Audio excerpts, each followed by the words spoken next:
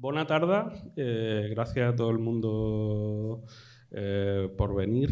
Gracias a la Beckett por dejarnos este espacio tan genial para hacer la presentación de este libro.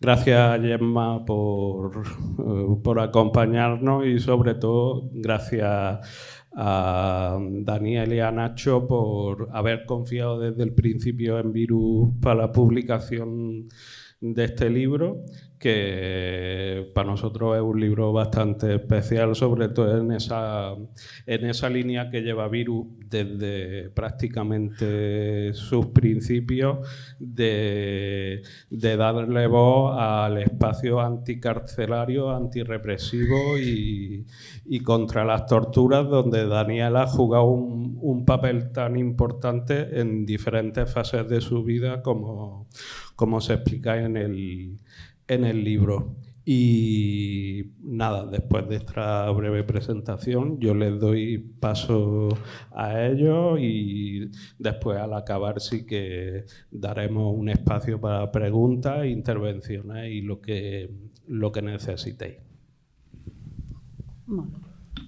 Bé, doncs jo començaré fent una petita introducció, m'aniré llegint per no sortir-me del guió. Bé, bon vespre a tothom, el meu nom és Gemma Serrahima i avui estic aquí per acompanyar un gran amic, el Daniel Pont, en la presentació del seu llibre, que és la seva biografia i que es titula Entre el azar y la necesidad. Vaig tenir la gran sort que em presentessin el Daniel cap a l'any 2013 durant la primera projecció que vam fer d'un documental que jo vaig fer, que es diu The Segovia Big Bang, sobre una fuga de presos d'ETA político-militar que hi va haver l'any 1976. L'interès personal que jo tenia en aquest fet històric va néixer arrel de les històries que havia escoltat a la infància, a l'adolescència, sobre l'Oriol Soler Sugranyes, un membre de la meva família paterna i integrant del moviment ibèric d'alliberació, els 1000, i que va ser l'única persona assassinada durant la fuga de presos. Va ser al finalitzar aquest projecte i durant la primera projecció del documental que el Melchor, un gran amic del Daniel, que va ser el conductor del camió de la fuga de Segòvia i per tant jo havia conegut fent el meu documental, em va presentar un amic d'aquells anys, el Daniel, que justament es trobava en procés d'acabar un documental que ell portava molts anys intentant tirar endavant sobre la coordinadora de presos en lucha, la COPEL, del que ell va formar part. Durant la presentació del meu documental, el Daniel va conèixer tota la meva família, i entre els quals hi havia la meva tieta, la Sònia. I dies més tard, la Sònia va convidar el Daniel a una exposició que ella inaugurava a Barcelona i a poc va anar sorgint una relació. En aquell moment, el Daniel ens va explicar el projecte documental de la COPEL i no vam dubtar en posar-nos a treballar amb ell per tal d'ajudar a acabar-lo.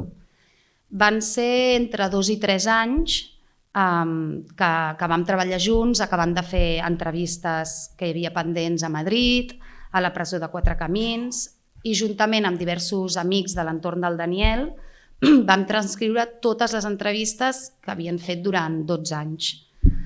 Amb l'ajuda també del llibre de César Lorenzo, Cárceles en llamas, la memòria intacta del Daniel i les col·laboracions de persones involucrades en la lluita en aquella època i actual, vam anar confeccionant un guió en el que ja finalment la productora Metro Muster i el muntador Pablo Gil van acabar de donar forma de documental i van poder acabar el documental de la COPEL.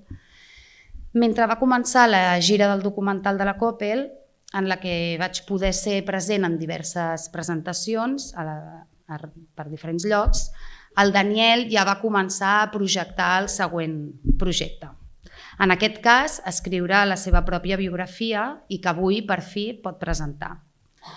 Les llargues hores de treball amb ell van fer que s'establís una relació d'amistat i familiar, convertint-se ell per mi ja no sols en un referent del moviment llibertari anticarcelari i de la supervivència de les presons durant l'època de la transició, sinó en un gran amic amb qui tinc la sort de poder seguir compartint estones de conversa i qui sap si de nous projectes. Amb l'experiència del documental de La fuga, en la que bàsicament vaig entrevistar presos anomenats polítics, i el salt en la col·laboració amb el documental de la Coppel, vaig descobrir dos mons molt diferents, el dels presos polítics per una banda i el dels presos socials o comuns per l'altra. Personalment vaig fer una evolució en la percepció d'aquests dos mons. Me n'adono de l'acceptació per part de la societat del pres polític amb una lluita legítima que pot ser molt més entesa i acceptada socialment i, per altra banda, els orígens humils dels presos anomenats comuns i la poca comprensió per part de la societat de la seva causa, ja que comprendre'ls suposa posar en entredit la base sobre la qual se sustenta la nostra societat i tota la cultura de pensament i ètica i moral que acompanya.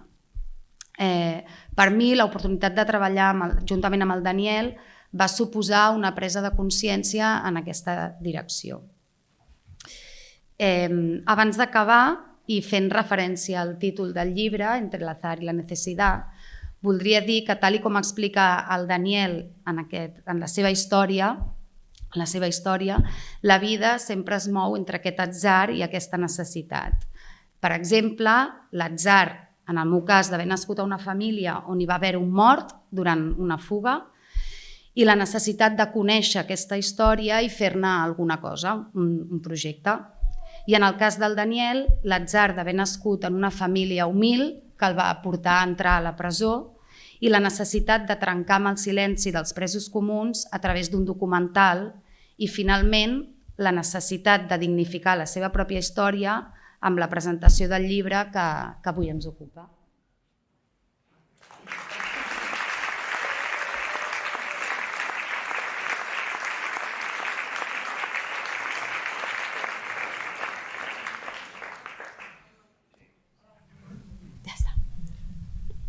Gràcies, crec que ara em toca a mi. Si parlo així se m'escolta o he d'apropar-me més el micro. Vale. Una miqueta així.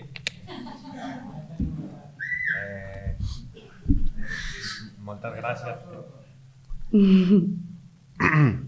Crec que la meva intervenció serà una mica diferent, menys afectuosa pot ser i més reflexiva, però bueno, la faré a castellà en tot cas per tal de no ocupar massa de temps, espero que estigui bé, i parlo una mica més alt per tal de que no hagin de pujar el volum del micro. Bé, quiero comenzar agradeciendo al equipo de sonido y obviamente a la Sala Beckett por acogernos y obviamente a Gemma y a Daniel y a Virus, que en concreto, pues, bueno, yo he quedado contento con el proceso, como que a veces uno cuando lee libros en la introducción ve la relación con el editor así romantizada y tal, pues después de unos cuantos libros he de resaltar que siento que se me ha preguntado, nos han tenido en cuenta, se nos ha ido informando de lo que pasaba, entonces en ese sentido muy recomendable, por si tenéis algo para publicar que habléis con ellos. Y honestamente agradecido. Yo he llegado 5 minutos antes de las 7, entonces todavía no me ha dado tiempo a mirar el libro con detalle, podíamos haber hecho un unboxing o algo así, pero bueno, estoy seguro por las pruebas de que es muy bonito y al menos en PDF era mi libro favorito.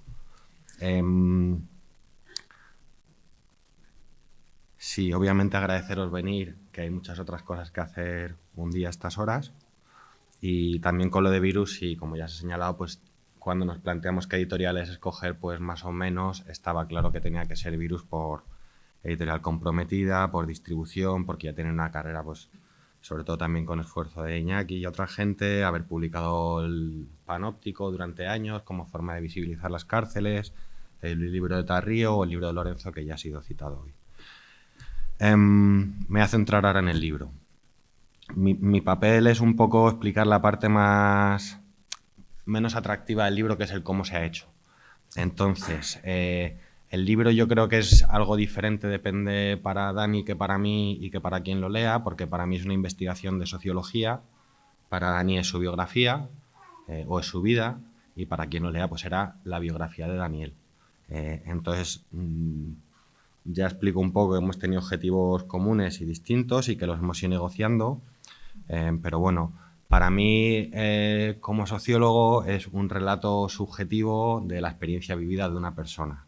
Y no lo llamo historia oral, pero sí que va más en la línea de historia oral o cosas así. No lo reivindico, pero obviamente también es una forma de recuperar una parte importante de la historia, habitualmente más silenciada que la versión de Victoria Prego sobre la transición. Pero una de las cosas que he intentado hacer ha sido precisamente no quedarme en la parte o en la experiencia penitenciaria. Entonces, yo a Daniel quizá tenga que justificar por qué lo conozco. Entonces, lo conozco de un colectivo anticarcelario que montamos en Girona. Lo que pasa es que lo montamos en una época muy mala y salió de aquella manera porque justo llegó la cuarentena y todas las restricciones que hubo para ayudar al cumplimiento de los derechos de las personas presas. Pero bueno, en las asambleas pues iba contando alguna historia y en algún momento pues dije, esto parece que es interesante. Entonces le pregunté si le apetecía contarme su vida. Como en aquel entonces con mi compañera y amiga Esther Blay llevábamos un tiempo investigando a través de técnicas biográficas magistradas, me apetecía seguir un poco profundizando en métodos biográficos. También ha sido muy enriquecedor durante el tiempo que le estaba entrevistando a él estar entrevistando a magistradas, porque tienen trayectorias vitales a veces distintas. El proceso ha sido lento, desesperante a ratos, por varios motivos. El fundamental es que he tardado mucho. Lo he ido haciendo cuando buenamente he podido, que suele significar veranos, fines de semana y cosas más o menos. Y que soy vago y todo esto, pero bueno, lo fundamental, lo que sí me importa es el proceso porque yo no considero que haya recogido su vida, porque eso es suponer que su vida está ahí y uno va y la recoge, sino que es entender que hemos producido un relato sobre su vida. No me quiero poner muy raro con esto, pero lo que quiere decir es que yo he hecho preguntas y él me ha respondido a preguntas. Si hubiese hecho otras preguntas, había respondido otras cosas, y si hubiese sido policía, a lo mejor no me hubiera contado algunas cosas. Entonces, que depende de quién soy yo, me ha contado unas cosas y otras no. O sí, no lo sé. Lo fundamental es que hemos pasado mucho tiempo juntos hablando. Yo he hecho el texto, lo he producido con 3 olas de entrevistas. La primera fue en el 2020, fueron 7 entrevistas en un periodo de 4 o 5 meses, donde él me contó su vida. Entonces, en ese sentido, en términos técnicos, es una entrevista lo más abierta que os podéis imaginar, porque yo le dije un día, cuéntame tu vida, empezaba a hablar, a las 2 horas, 2 horas y media parábamos, volvía a la semana o a los 15 días, le decían dónde nos habíamos quedado y sin yo preguntar nada, él seguía. Entonces yo le he dejado que naciese hasta que se acabó de contar su historia sin preguntarle nada, ¿bien? Para respetar su estructura, lo que él considera importante, su discurso y todo esto, siento estar hablando de ti en tercera persona. Me fui a transcribir, escuchar, tal. Entonces, la segunda ola, al año siguiente, en el 2021, entonces era, fue más parecida a entrevistas semiestructuradas. Yo iba con una serie de preguntas abiertas, pero ahí sí que ya hacía algunas preguntas para que ampliase cosas que a él de manera natural no le había salido. Por ejemplo, en tu primer relato de tu vida, los últimos años, los años catalanes, no se le daba mucha importancia, porque también él estaba acostumbrado a que se le pregunten sobre la COPE. Y luego el tercer año ya hicimos, yendo con documentos, entonces viendo documentos familiares, fotos, libros y tal, comentando. Entonces en total hemos hecho 19 entrevistas y han sido unas 33 horas de discurso, que esto en páginas pues son, no me acuerdo ahora, pero 800 páginas de transcripciones o lo que sea. Entonces, mi labor ha sido luego editar puntos, comas y todo esto, pero en principio y en final todas las frases que están en el libro son suyas. Entonces, para mí es una sensación rara, porque es mi libro, pero a la vez no he escrito nada del contenido, pero gracias a que yo no lo he escrito, puedo decir que el libro está muy bien, y que está muy bien.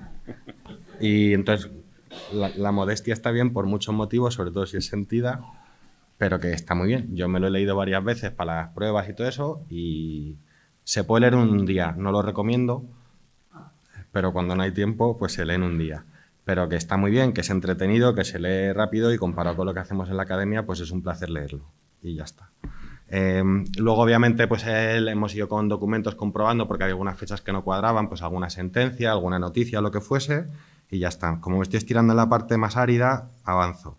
En métodos biográficos es importante dos cosas, por lo que yo creo que Daniel es una buena persona para haber contado su vida. Quienes lo conozcáis ya lo sabéis, cuenta bien las cosas y además tiene cosas interesantes para contar. En el caso este, lo fundamental es que estaba motivado para contar su vida. Y esto vale mucho. Entendías por qué tu vida es importante, porque se puede aprender de ella, y entonces esto ha facilitado muchísimo que yo no tuviese que ir preguntando. Y luego lo otro que así hemos intentado ha sido, dentro de que es imposible, intentar que el proceso fuese lo más horizontal posible. Entonces, desde el primer día hemos ido negociando qué queríamos hacer con el libro, las decisiones que íbamos tomando, incluyendo las autorías o no, y todo esto. Entonces, positivo para el libro, pues como Daniel tiene una conciencia clara, política, articulada, en el libro se expresan claramente los valores sin necesidad de un análisis sociológico complementario. A nivel personal, pues tengo un amigo nuevo y está muy bien. Ahora, cosas importantes. Una de las cosas que hace el sistema penal, como ya sabéis, es reducir la vida de las personas a una etapa de su vida. Pues a cuando ha delinquido o a cuando está en la cárcel o lo que sea. De manera que esto suele decir que el sistema penal y especialmente la cárcel estigmatiza a las personas. Una vez preso, siempre serás preso o, en el mejor de los casos, expreso. Bien. Es habitual cuando se ha hecho historias de vidas, pues o en sociología o en criminología, pero con personas que han pasado parte de sus años viviendo en instituciones gubernamentales de este tipo. Primero, que son jóvenes, entonces a los 22 salen del reformatorio de la cárcel y ahí ya se queda la cosa en a ver qué pasará. Entonces esto es positivo porque hay 40 años después para ver qué pasa.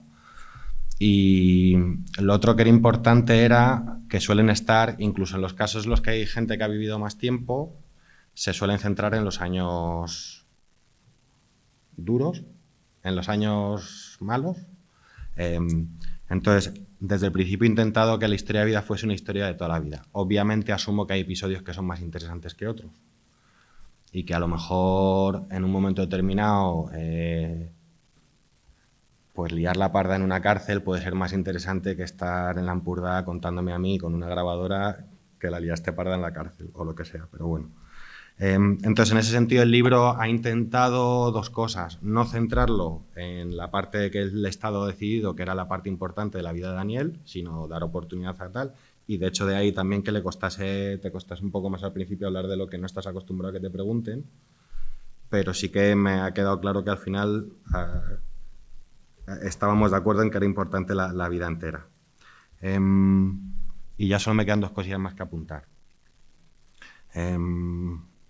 Uno de los objetivos del libro, creo que indirecto, pero a lo mejor directo, era criticar la cárcel.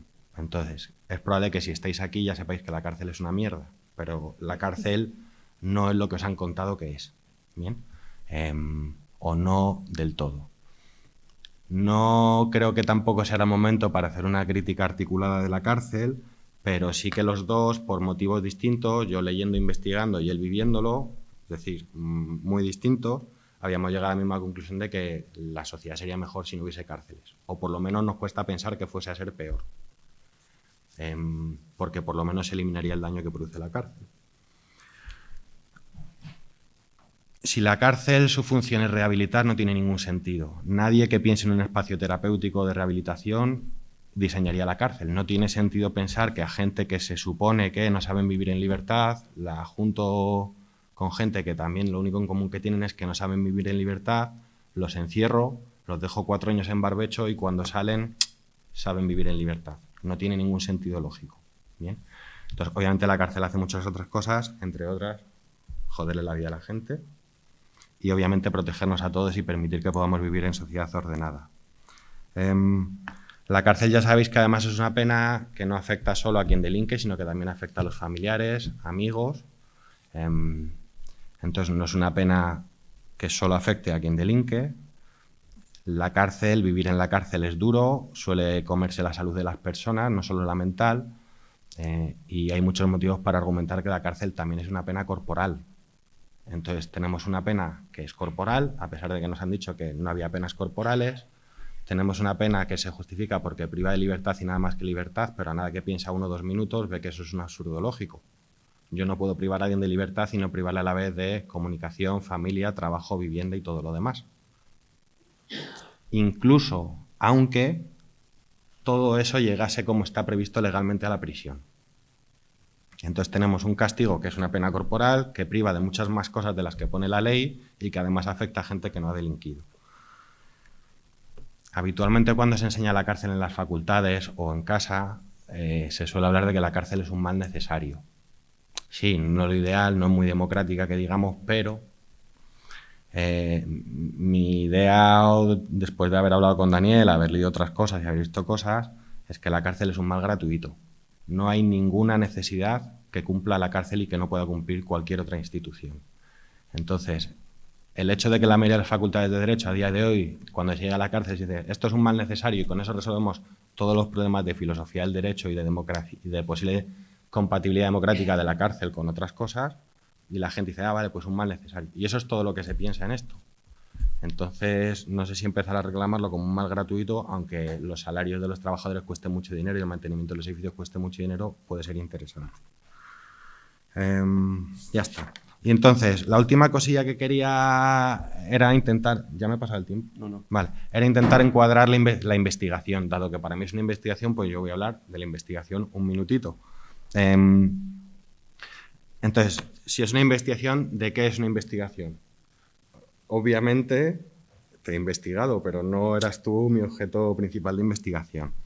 Entonces, yo creo que un poco mi objetivo como sociólogo al hacer el libro es mostrar, en el mejor de los sentidos, cómo de poco individuales son los individuos, o dicho de otra manera, cómo de sociales somos las personas. A lo largo del libro, pues Daniel va narrando lo que le pasa y lo que piensa sobre lo que le pasa. Entonces, en ese sentido, obviamente, es una historia individual. Ahora bien, la mayoría de las cosas que te pasan, que le pasan y que me pasan, salvo cuando estás en aislamiento, estás rodeado de gente. Entonces, el propio hecho de lo que a mí me pasa, yo siempre lo interpreto en un contexto social.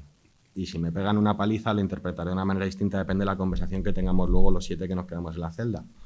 O si me chulea el dueño de la comunidad de vecinos donde trabajo de conserje, pues la interpretación la haré. Además, una cosa ya sabéis que es lo que pensamos cuando nos pasan las cosas y cómo lo evaluamos 20 años después, 30 años después o 50 años después. Esa reinterpretación de lo que pudo significar cosas que pasaron en el pasado, también la hago en contextos sociales distintos. Pues a lo mejor tengo otra pareja que piensa distinto o veo las cosas con una perspectiva diferente. Entonces, tanto lo que pasa como su interpretación presente como la que se hace luego a posteriori, se hace siempre en contextos sociales. En ese sentido, la historia de Daniel es una historia individual, pero es también una historia colectiva. Y de ahí también su interés, más allá de que los que le conocemos y nos puede interesar saber un poquito más de salseo o lo que sea. Entonces, la idea fundamental con el libro es la importancia del contexto, de las relaciones. Una de las cosas que a mí más me maravilla, en el buen sentido de la palabra, es la capacidad que tiene Daniel para mantener contacto con la gente y la variedad de contextos de los que viene esa gente con la que tú mantienes el contacto. Y en el libro hay situaciones que a mí se me hacen especialmente interesantes, pues que en el mismo párrafo pues está hablando con gente que a lo mejor puede ser un poco peligrosa, y luego gente que es peligrosa pero que no son abogados además, ¿no? Vale. Entonces, y en la misma situación recurro a un abogado y recurro a un desheredado del franquismo que conocí en la... Entonces esto es muy interesante. La idea también con captar el sentido subjetivo de la acción, la importancia del contexto, las relaciones sociales o los condicionantes estructurales por haber nacido donde habías nacido, de lo que luego puedes llegar a hacer, a mí como sociólogo es lo que más me interesa. Ya que permite entender a los individuos de una manera más amplia, con contexto y esto. Y entonces acabo con una cosilla que es, yo en el libro le pido a la gente que si puede que no haga una lectura moralista del libro, ni en el sentido positivo ni negativo. Para mí no tiene mucho sentido buscar porque una persona es mala o porque esta persona es mi héroe y me voy a poner un póster en la habitación. Entonces creo que es más útil una lectura centrada en entender, comprender lo que pasa y cómo pasa. Pero bueno, también, y es lo positivo que hayas leído el libro, yo no puedo controlar cómo lo va a leer la gente o cómo lo vais a leer. Entonces, me alegro de perder el control sobre la posible lectura porque ya esté publicado.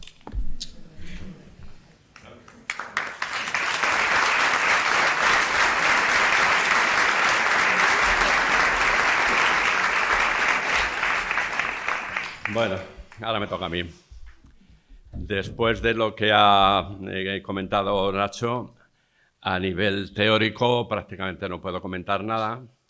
A lo mejor alguna anécdota que desdramatice un poco así el sentido profundo que le das como buen académico que eres, buen sociólogo. Y bueno, en principio, disculpar, agradeceros a todos y a todas este apoyo por estar aquí. Por supuesto, a la gente de la Beckett,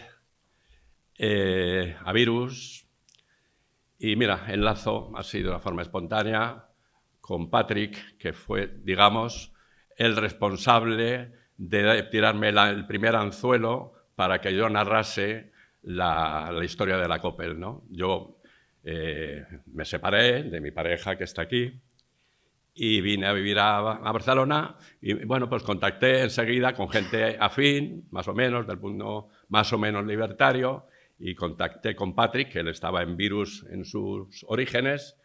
Recuerdo además dónde quedamos, ahí en la Plaza del Sol, tomando una birra, y me dijo: Daniel, ¿algún día te gustaría narrar la historia de la Coppel?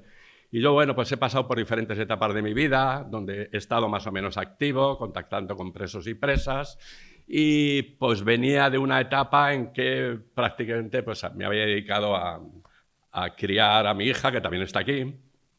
Y bueno, pues me tocaba esa fase de paternidad necesaria, que entre otras cosas fue fundamental para ayudar a romper definitivamente el rol asignado de exclusión social, de marginación, el rol que te marca la sociedad para que inicies el camino del sufrimiento, del reformatorio, de la cárcel, etc. Y bueno, pues quedó ahí, archivado, y después, pues con el paso del tiempo, casualmente Nacho, como narraba antes, en el colectivo anticarcelario Rosiñol que intentamos montar en Girona, pues un día me hizo la pregunta así muy concreta: oye, joder, ¿qué historietas cuentas? Qué interesantes. Pues yo le conté que los carteristas de la época pues siempre tenían las uñas perfectas. Y me dijo: ¿por qué? Digo, pues muy sencillo, porque cuando meten los dedos en los bolsillos no pueden engancharse con las uñas al sacar la cartera. Y entonces él vio que podía haber tema así interesante, y a partir de entonces, pues bueno, nos comprometimos y fuimos haciendo este libro. Este libro trata de mi vida, pero no solamente de mi vida.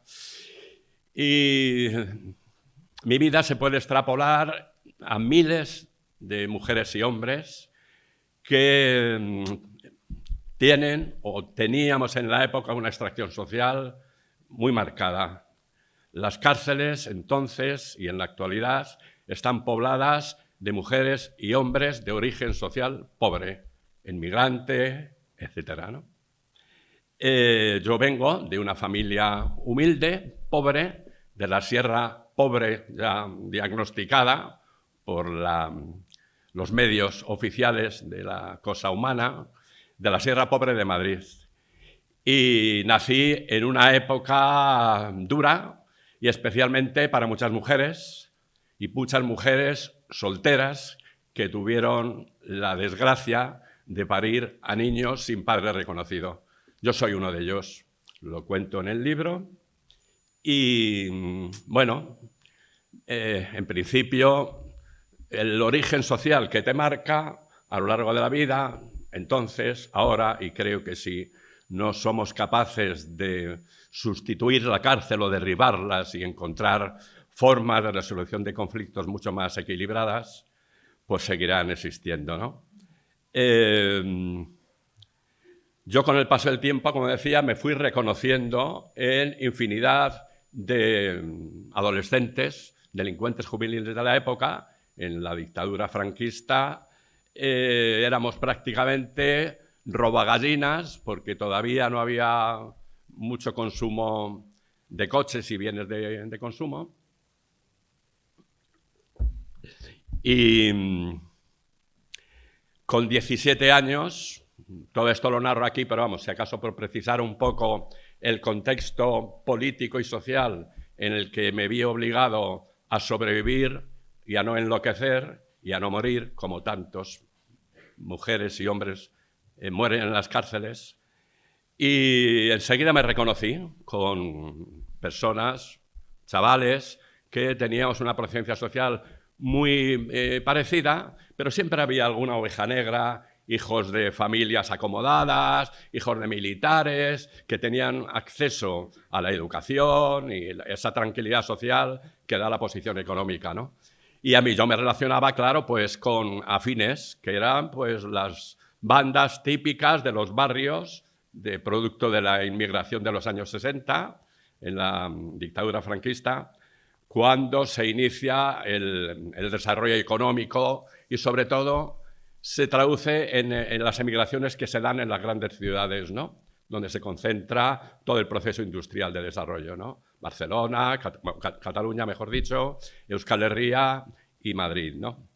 Y tengo la desgracia, pues, de que caigo en manos de un juez miserable, un juez canalla, cruel, y con 17 años que tenía, pues me condena a 3 años, además con el eufemismo que decían, 3 años de internamiento, no de prisión, internamiento en establecimiento de trabajo adecuado, con 17.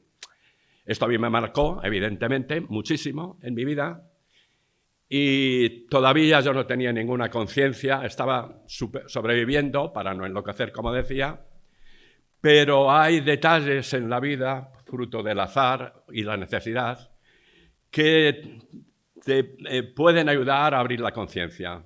En ese contexto yo estuve 5 años, entré con 17, salí con 22, en plena dictadura franquista.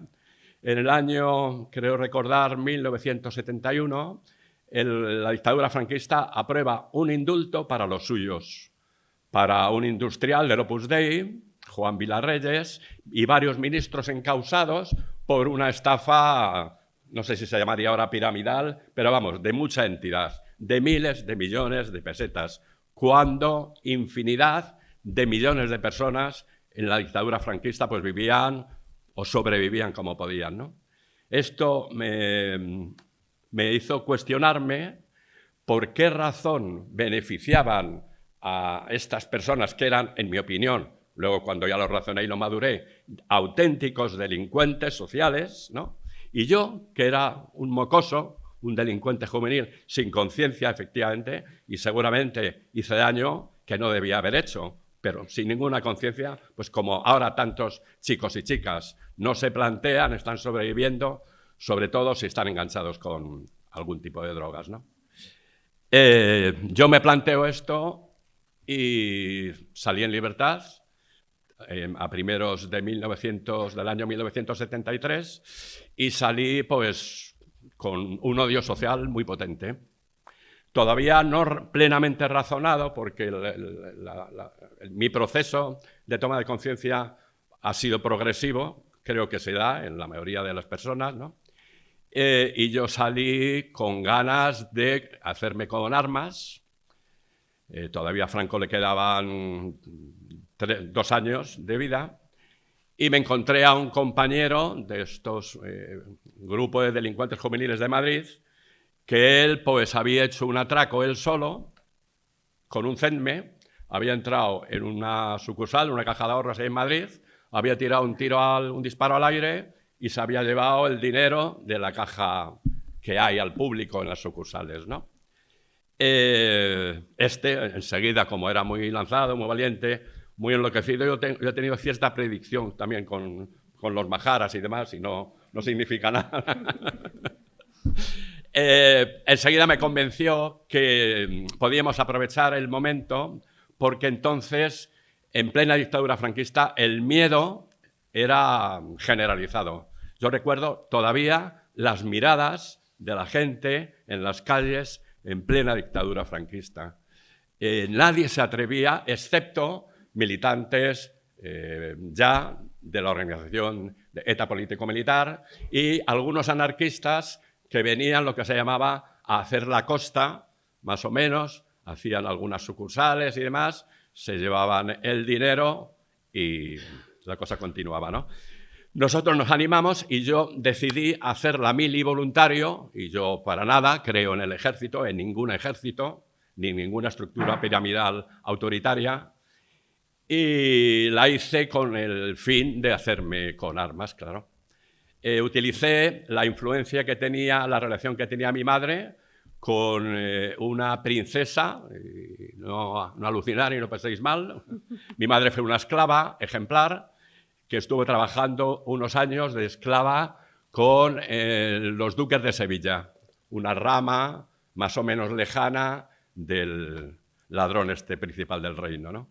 El Juan Carlos. Me hizo una carta de recomendación y esto me supuso a mí elegir cuerpo militar, llevar el pelo un poco más largo, que entonces ya empezábamos a hacer melenudos, etc. Y sobre todo lo que yo quería era tener acceso de confianza a llevarme, bueno, era un cuerpo auxiliar, por lo tanto tenían poco armamento, pero vamos, aproveché y me llevé la única pistola que había en el cuartel, todas las balas que pude, de CEDME, de la propia, una Star 9 largo, 9 milímetros, una careta antigas, en fin, ya que íbamos para la guerra, pues nada, a por todo, ¿no?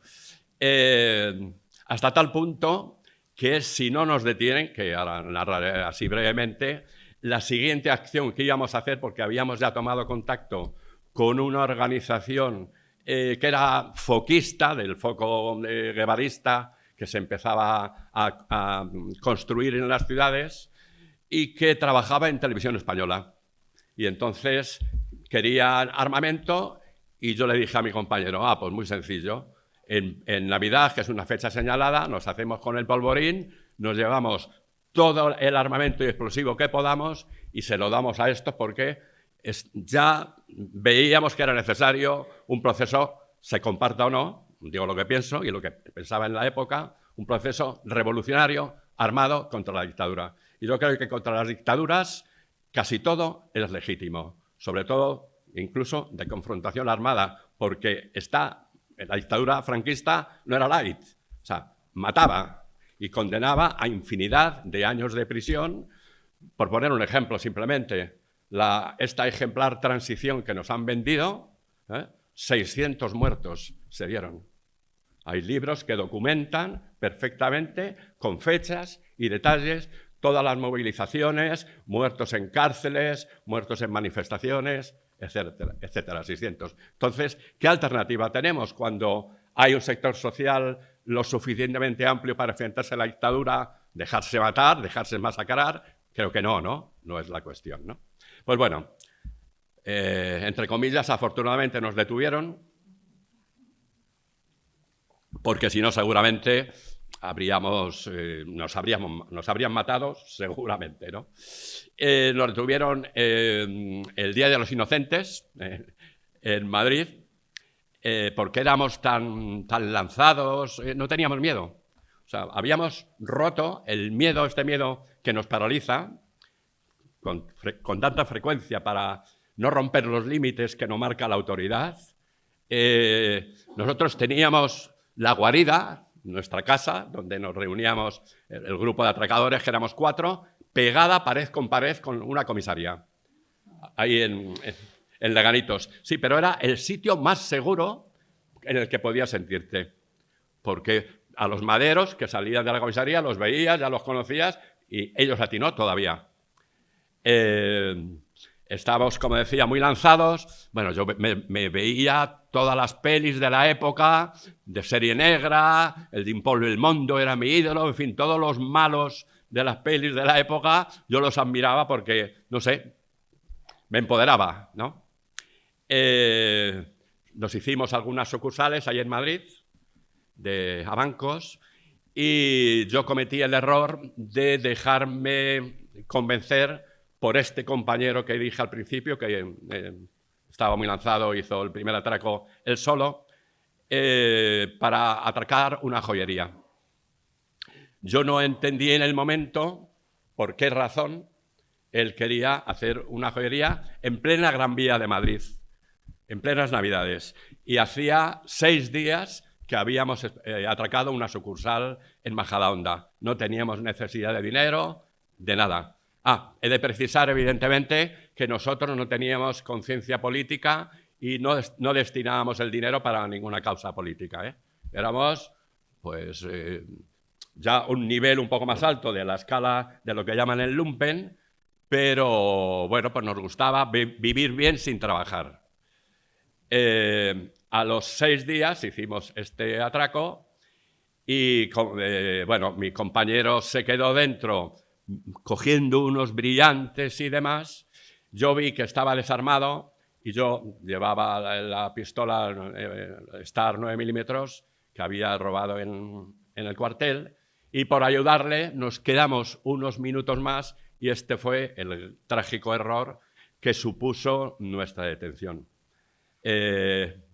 A mí me detuvieron en un garaje de Galerías Preciados de Madrid con un tiroteo que tuve con la policía, unos policías que luego se hicieron famosos porque detuvieron al Lute, un delincuente mito de la época de la dictadura y demás.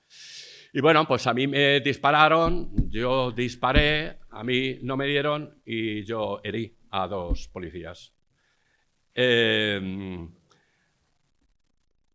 Pensé en suicidarme en el momento que yo me vi acorralado y que me di una gran hostia contra una columna por un rehén que yo había cogido. Le tuve que disparar al suelo porque la señora, su mujer, tenía más capacidad de convicción que yo para convencerle que me tenían que sacar del garaje. Entonces disparé y con la mala fortuna de que le entró un disparo en la pierna de rebote, que no tuvo consecuencias graves, pero sí ocasionó el que cuando entraban los policías al garaje, el conductor, con el dolor del disparo, soltó el volante, arriesgando su vida, y yo me estrellé contra una columna. Y en ese momento me vi perdido. Hacía escasamente 10 meses que había salido en libertad, de los 5 años que estuve. Pensé en suicidarme y ese instinto que dura fracciones de segundo, pues yo dije, no, yo salgo. Y conseguí salir, pasando pues todas tantas dinámicas que pasé después en la cárcel. Era dictadura dura todavía, 1972, y yo leí la noticia, ya estando en Carabanchel, que a un cabo primero del ejército le pedían la pena de muerte por haber hecho un atraco con un herido. Y yo estuve bastante acojonado, yo no tenía abogado, el dinero que tenía producto de los atracos lo había incautado la policía, no tenía nada, cero. Los medios de comunicación, si se pueden llamar así, de la dictadura, en las cárceles venían totalmente censurados, con lo cual yo no tenía acceso a saber qué pasaba con los heridos, y al cabo de 3 meses o así me llegó la noticia que se habían recuperado todos. Y entonces me cambió el chip automáticamente en pensar constantemente en fugarme de la cárcel. En el libro se narran bastantes intentos de fuga. En 2 ocasiones estuvimos a punto de conseguirlo.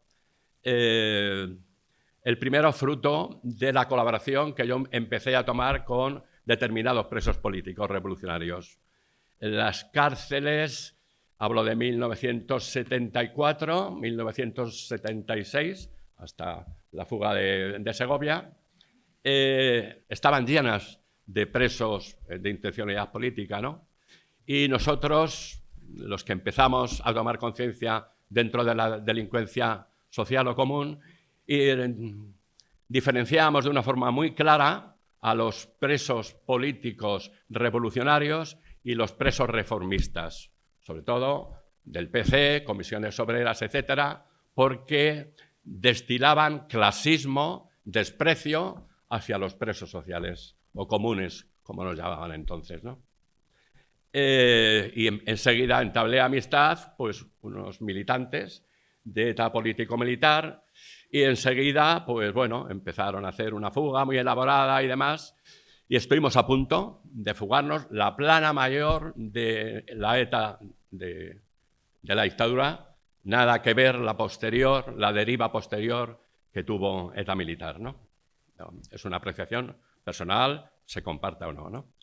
Yo hice grandes amigos, militantes de ETA en esa época, y bueno, pues la cosa fracasó por un confidente, como en otra ocasión también, que estuvimos a punto de colaborar en otra fuga con militantes de los Grapo, que ya empezaron a entrar,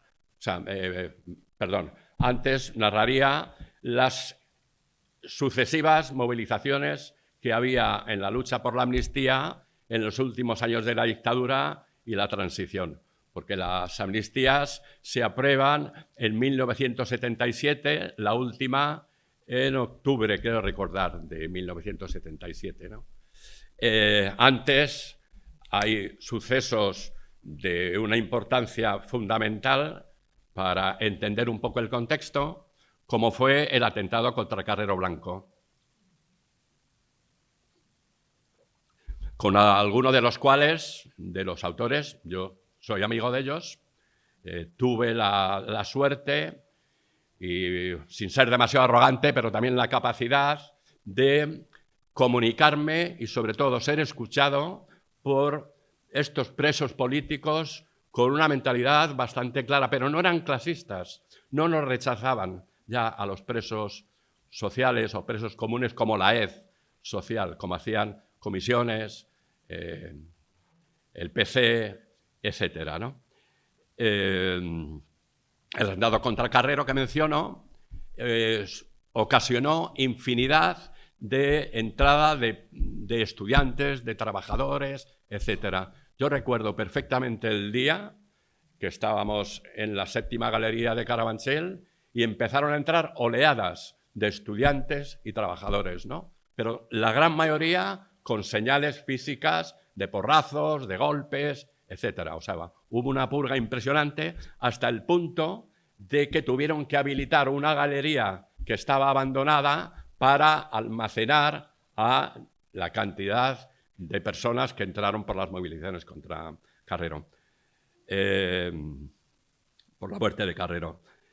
A mí me trasladan como instrumento de castigo. Yo ya empecé a destacarme como preso fuguista y preso que buscaba malas compañías, y me destinan al puerto de Santa María, que era uno de los penales más duros que había en la época, muy alejado de Madrid, que era mi zona de residencia y referencial, en una situación totalmente kafkiana. Yo no he visto una cárcel, quizás el Expreso de la medianoche en Turquía, con una población penitenciaria tan derrotada, tan vencida. La gran mayoría de los presos no miraban de tú a tú, miraban al suelo, o sea, totalmente vencidos. Hasta el punto de que, bueno, me habían dado un amigo, empezaba a entrar hachís en las cárceles, me había dado una china, me dijo, toma, llévatela porque a donde vas te vas a enterar, te puede venir muy bien. Yo me la tuve que fumar por la noche, un día, solo, porque estaba lleno de confidentes, lleno de sufrimiento, y el sufrimiento, desgraciadamente, ocasiona destrucción, y destrucción también ética y moral, ¿no? Yo vi el panorama que había y el gobierno aprobó, bueno, se inició una apertura en el franquismo, o el inicio de la transición, la ley Fraga, como apertura de medios de comunicación, etcétera. Y yo pedí estudiar filosofía y letras en la UNED. Fue un convenio que aprobaron, fui de los primeros que intentamos empezar a estudiar filosofía y letras, o cada uno su carrera, ¿no? Y era una época, hablo de 1974, 76 aproximadamente, que todavía las movilizaciones sociales que se daban en Europa eran muy potentes. Como referencia y consecuencias de mayo del 68, en París, infinidad de sociales había, de Praga, etcétera, infinidad de luchas sociales había por tratar de construir un mundo mejor. Feministas, antinucleares, prisiones, etcétera, ¿no? Y yo, estando en esta situación tan negativa, tan dura, tuve la suerte de contactar, estas malas compañías que citaba antes, con unos presos bretones que tenían cierta conciencia independentista de la Bretaña francesa, y a través del cónsul francés en España les permitían entrar en el diario Libération, que recogía todas las luchas que se daban en Europa, y esto para mí fue fundamental. Os podéis imaginar, en una celda de aislamiento, 23 horas al día, sin salir al patio, y tener acceso a esta ventana que te informaba de vida, que a mí me ponía a 100, o sea, me empoderaba a tope, y yo ahí ya decidí que se rompía, o sea, que no aceptaba, no acataba las normas de la cárcel. Coincidió que era el 24 de septiembre por la época, el día de la patrona de la Merced. Bueno, esto es un teatro impresionante, como decía Nacho. El teatro del sufrimiento hay que suavizarlo de cara a la sociedad y a las personas bien pensantes, ¿no? Que no parezca lo que es, ¿no? Aunque el peso siempre caiga con dureza sobre los mismos, ¿no?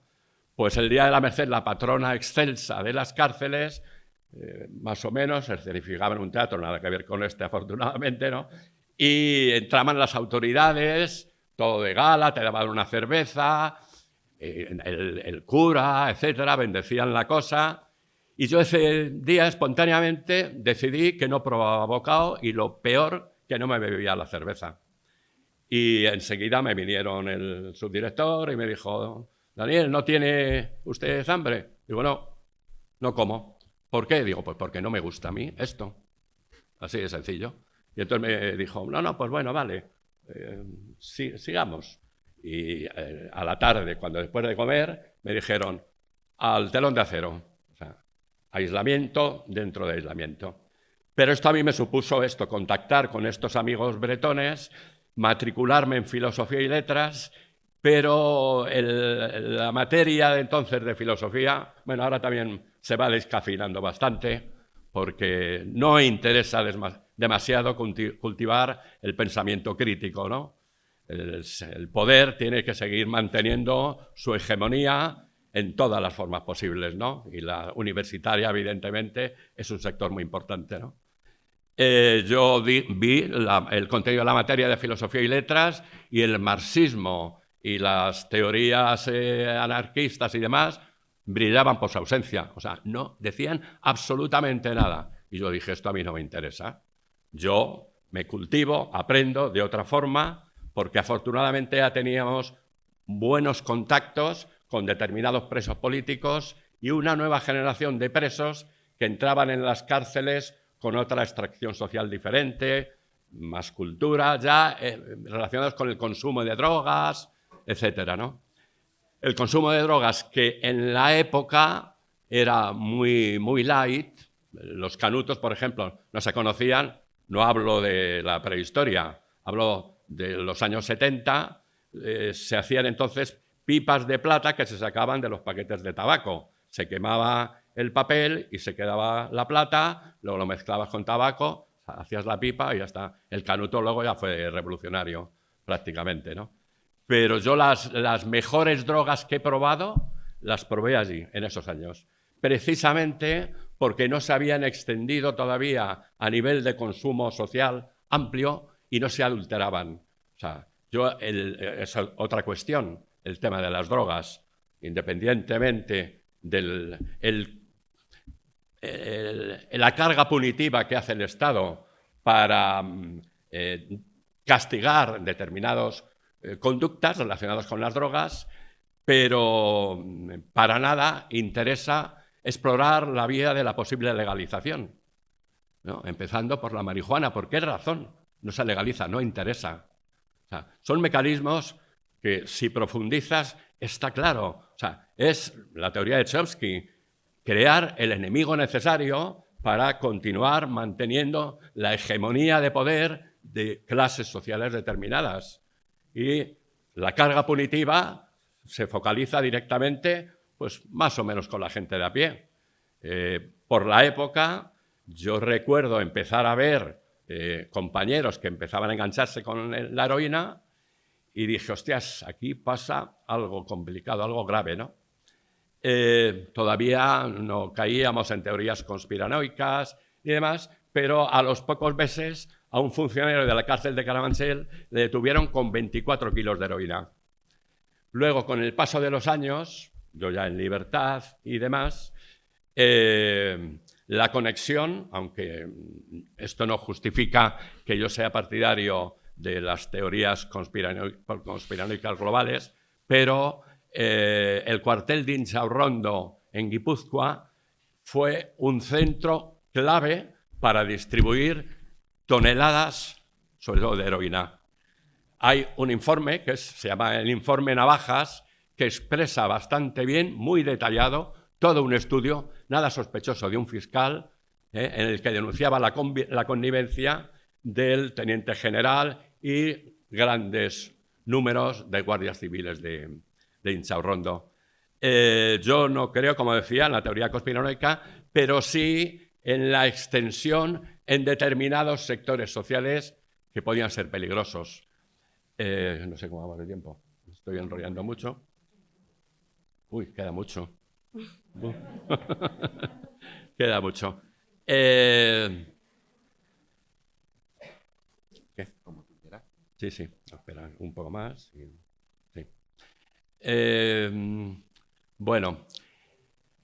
¿No ha llegado la COPE todavía? No, por eso. Pero de la COPEL es que no quería hablar demasiado porque ya he sido charlatán profesional durante bastante tiempo y, no sé, desde diferentes perspectivas, en casales, en facultades, ¿no? No he parado de dar la tour a personas muy diversas, pero bueno, eso para mí también ha supuesto una gran satisfacción, no solamente a nivel de empoderamiento, sino sobre todo porque en algunas facultades determinados alumnas y alumnos veía yo que miraban con los ojos muy abiertos y parece que les llegaba algo, ¿no? Sobre todo recuerdo una charla en la facultad donde trabaja Elizabeth, que al final me vinieron 4 o 5 chicas que estaban haciendo, creo que era un grado o algo así, y les pregunté, bueno, ¿qué tal? ¿Qué os ha parecido? Y corroboraron lo que yo ya más o menos sabía, ¿no? Pues mira, nos vale mucho más una clase práctica así que infinidad de clases teóricas en las facultades, porque sentimos, nos conectamos un poco más con la realidad de lo que son las cárceles, de lo que es la tortura, etcétera, ¿no? Y bueno, pues ahí seguimos, ¿no? Todas las veces que me han llamado a las facultades, tanto Nacho como Iñaki como Elizabeth, pues sí, voy, por supuesto, sin ningún problema. Si se trata de eso, porque yo creo que vivimos una fase en nuestras vidas de muchísima confusión. Hemos perdido muchísimas referencias, nos manipulan de una forma muy eficaz hasta el punto de que crean guerras, ¿no?, con una facilidad impresionante, masacran a miles de personas impresionantes y no pasa nada. No pasa nada. Esto es bastante grave, lo que nos está pasando como humanidad. Y desgraciadamente creo que los tiros, nunca mejor dicho, van por ahí. No se traduce solo en el peligro de que viene la extrema derecha, que esto, en mi opinión, forma parte del guión. El fascismo nunca ha desaparecido, ni en Europa, ni en España. En España, por supuesto, en el Estado español. Aquí, y era una de las reivindicaciones de la COPEL, para dar un sentido del calado político que teníamos, ¿no? No se hizo ninguna depuración. O sea, de la noche a la mañana, los fascistas, los franquistas, ya eran demócratas. Jueces, policías, que nosotros conocíamos, que eran torturadores o que eran franquistas directamente. Ahí está, la comisaría de Villa Layetana se mantiene con una ignominia y una... ¿no? Ahí se queda porque lo dicen ellos, ¿no? ninguna revisión, ninguna capacidad. Y cuando se hace una transacción así, está claro que es mentira y que lo que se persigue es mantener viva la llama de la dictadura, la llama del franquismo. En fin, resumiendo para no alargarme mucho más, como decía al principio, que luego me extiendo, suelo hacerlo con frecuencia. El libro narra mi vida, pero es mi vida y la de miles de personas, la de miles de mujeres y hombres que nacen marcados, que nacimos marcados por el estigma, en mi caso, madre soltera, familia pobre, de la Sierra, pobre de Madrid, desamparado, pero luego yo me he reconocido y me sigo reconociendo. La gran mayoría de personas que tenemos relación y demás, pues tienen una extracción social muy similar. Digo, las personas, presas y presos, necesitados y necesitadas, ¿no? Porque viven totalmente en el desamparo, que puede llevar al suicidio, que se da especialmente en las cárceles catalanas desde hace demasiados años ya. Hay infinidad de debates, infinidad de propuestas, etcétera, y no pasa absolutamente nada, ¿no? Esta es otra cuestión que yo inicié a plantearme hace unos años, la necesidad de crear instrumentos que creaban las conciencias sobre, lo que decía Nacho, la utilidad de la cárcel. Y bueno, yo quiero acabar así la exposición con el proyecto en el que estoy ahora, que yo acabaré con las botas puestas seguramente, hablo de la penúltima curva de la vida, y por años yo creo que seguramente me tocará, como es lógico.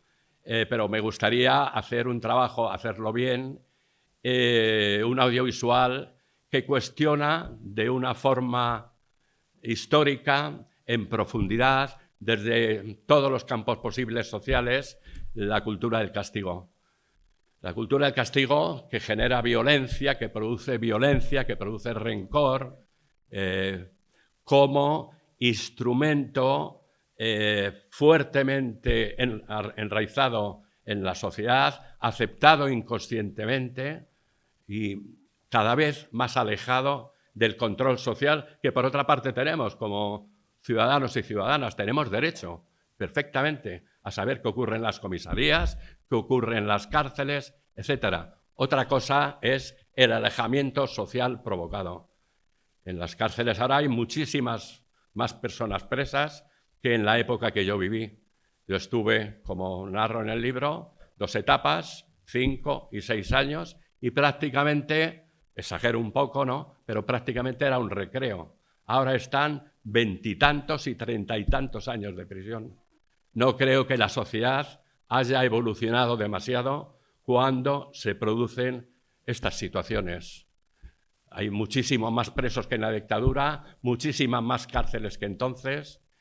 Y bueno, yo creo que es un tema muy necesario de reflexionar, de crear instrumentos, de alguna forma apoyar en lo posible. No todos los presos y presas es gente que tenga una ética, está claro, pero bueno, a veces es un proceso necesario, ¿no?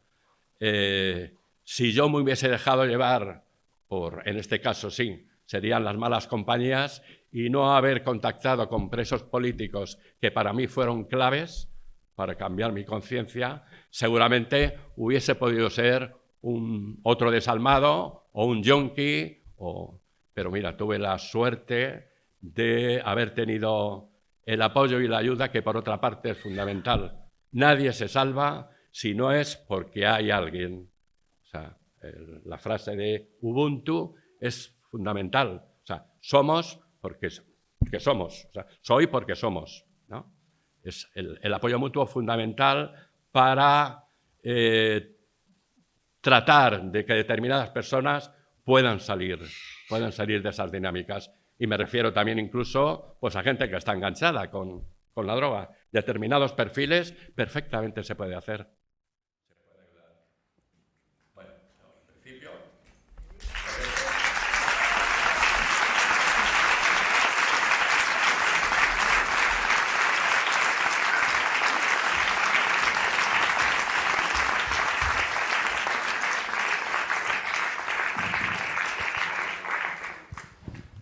Bueno, no sé si Nacho y Gemma queréis añadir alguna cosa más después de acabar las 3 intervenciones. Rapidísima, que es, ya habéis visto lo que es que te hable, entonces os creéis que he disfrutado 33 horas y que no he tenido que preguntar mucho y que la cosa... Ya está. Bueno, en realidad es que fue bastante entretenido, ¿eh? Porque casi siempre el Nacho después se quedaba a comer. Entonces ya acabábamos ya trascendiendo allá a placeres más terrenales y... Acabamos cansados. Eso sí, sí. Esto A sí. veces mucho. Sí. Más él que yo, porque él tenía que hacer el esfuerzo. Lo comento en la introducción, pero lo digo rápido. Ya sabéis que en general la gente no sabe lo que es la sociología y siguen pensando que es una forma de psicología o algo así raro. Entonces él me decía, le llamaba la terapia a las entrevistas que hacíamos al principio. ¿Y es que lo fue? Sí, yo no preguntaba nada. Ya. Entonces, claro, yo le intentaba corregir que no es terapia, que es una entrevista, que no sé qué, hasta que me di cuenta que era terapia. El que no se había enterado era yo, porque yo iba con los libros de metodología y tal. Claro, si en realidad te tenía que haber pagado, porque ha sido Bueno. psicoanálisis gratuito. Ahora que te vas a hacer rico, podemos hablar. ¿Y tú? ¿Y yo de qué? Bueno, pues si queréis hacer preguntas, intervenciones, lo que sea, ya sé, es difícil ser la primera o el primero, romper el hielo, pero no será porque no hay teca.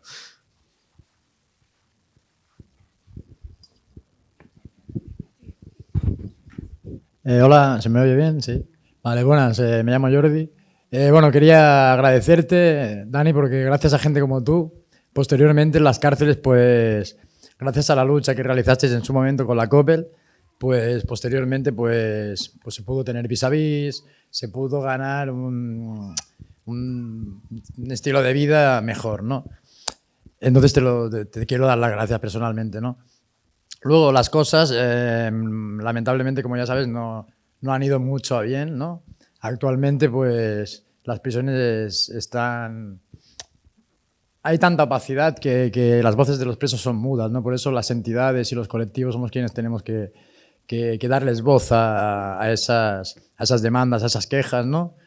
Hay persecución, hay gente amenazada, pues precisamente por la lucha, por luchar por esa gente que está dentro, ¿no? Y bueno, yo creo que esto fue un poco... Se rompió con el modelo de prisión de Jeremy Bentham, ¿no? Del estilo modelo, ¿no? El panóptico en medio y con masificación. Ahora lo que han hecho es divide y vencerás, ¿no? Han dicho, vamos a ver como dijo Julio César, divide y vencerás. Que este era un cabrón, pero es que aparte lo dijo Maquiavelo, mejor todavía.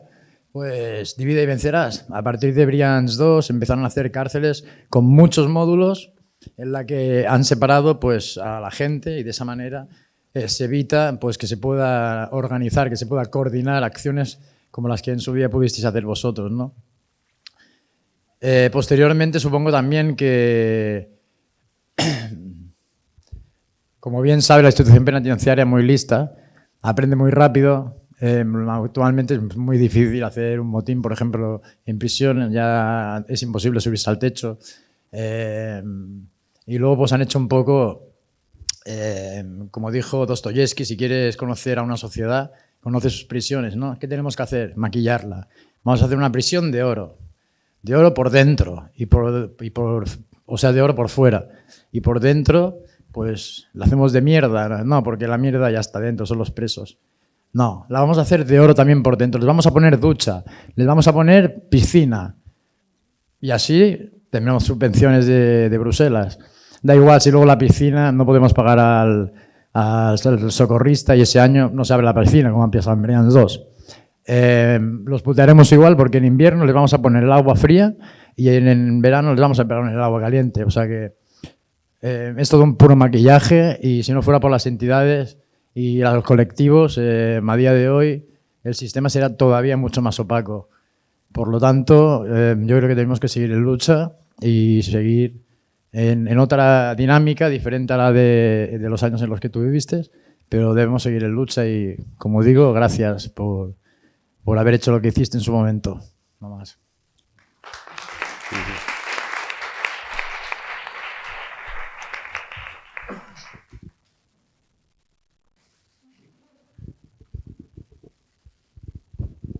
Hola Dani, qué placer oírte. Bueno, hace ya un par de años estuvimos por tu casa, Vero y yo, y estabas ahí en el proceso del libro, y entonces me voy a aquella pregunta que estaba ahí, Sonia, y que tú decías, me cuesta. Claro, yo todavía no he leído el libro, lo vamos a leer después de estos días. Al final pudiste sacar aquella emoción que no sabías cómo redactar y que te costaba tanto. ¿Te han ayudado estas dos personas que están ahí a rebuscar esa emoción que tengo tantas ganas de leer?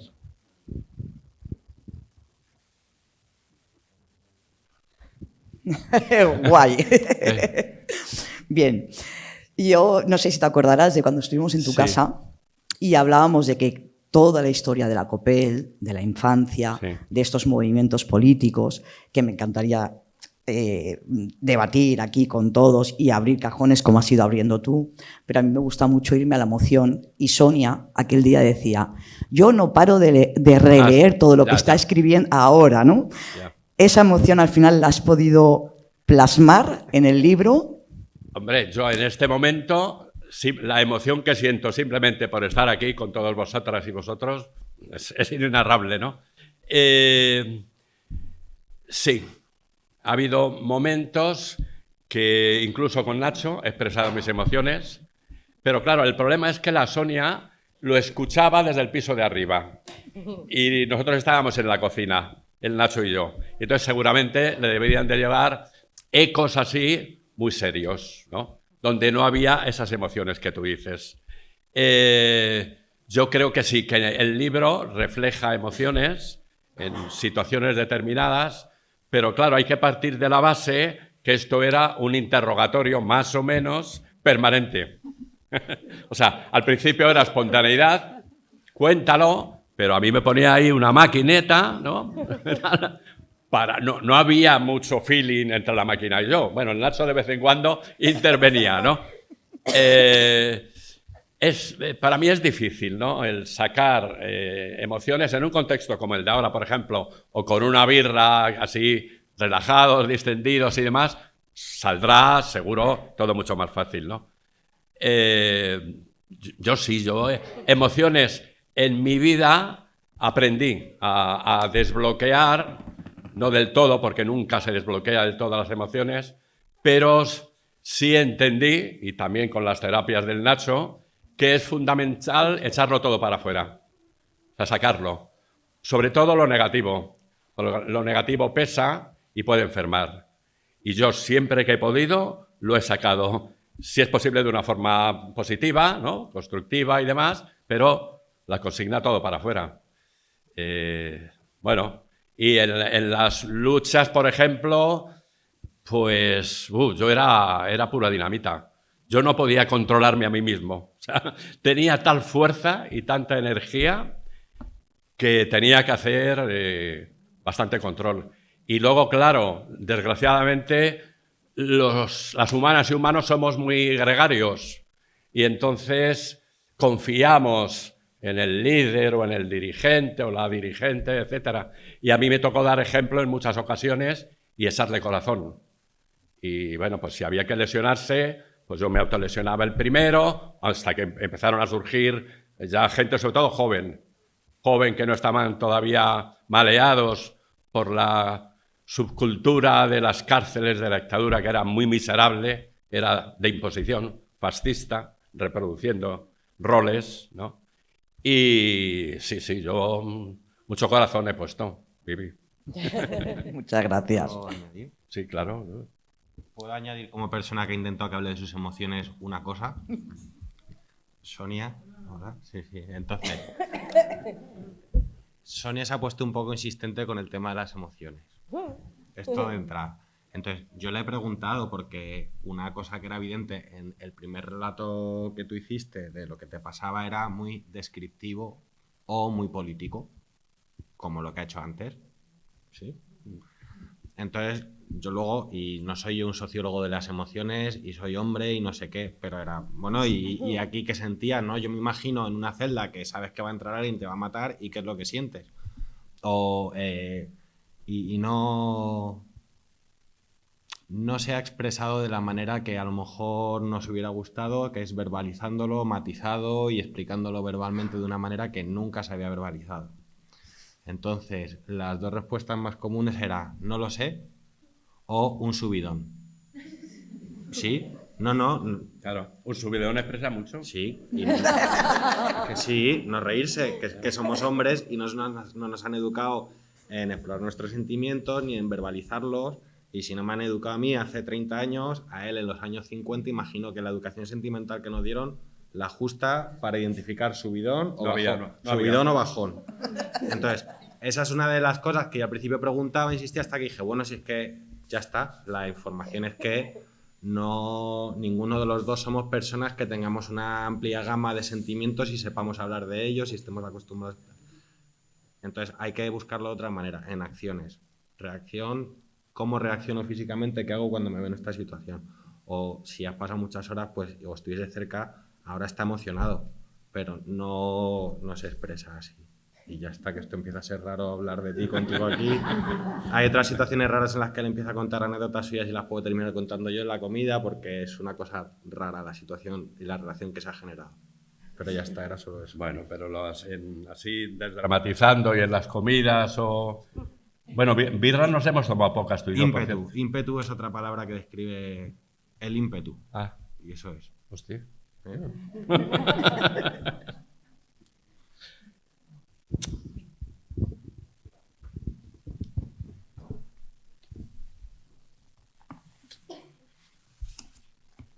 Allá arriba. ¿Sí? Hay alguien.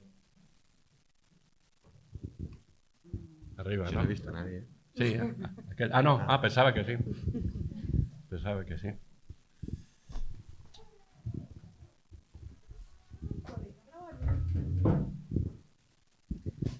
Vale, uy, qué raro.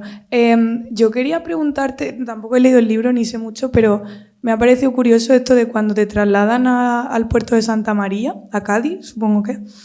Como que esta dinámica que sea que de repente llegas como una dinámica dentro de, como has dicho, como has descrito que estaba la gente allí. Como no sé si se describe en el libro, porque no sé si te puedes extender ahora a contarme, o sea, como si llegaste a como a cambiar esa dinámica en algún microgrupo con alguna gente, o sea, cómo te acabaste sintiendo allí, porque uy, me está dando como...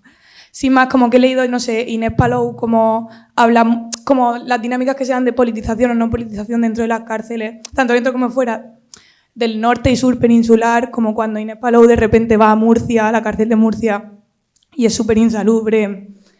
Me está dando vergüenza. O no, como Consuelo García del Cid cuando la cambian de Madrid a Barcelona y de repente en Barcelona todo es súper... Entonces me parece como también curioso esto de la no politización de del sur de la península en este caso, y como quería preguntarte cómo concretamente por el puerto de Santa María y como, no sé, si lo explicas en el libro esta parte o qué dinámicas se daban allí o algo así, como me genera curiosidad. Bueno, la no politización de los presos comunes de la época era muy normal. O sea, la politización, la toma de conciencia, surge cuando se dan las condiciones y de una forma descriptiva nos hacían formar todavía con el brazo así. Nos hacían formar carceleros o funcionarios con guantes negros fascistas.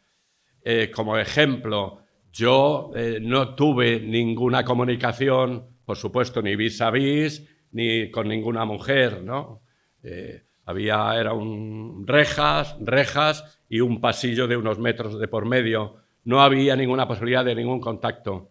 Y pues cuando hay represión, hay imaginación. Y entonces pues conseguí que con una compañera de sumario en uno de los atracos que habíamos hecho, me escribiese y me enviase una foto en bikini, por aquello de la feminidad necesaria, ¿no?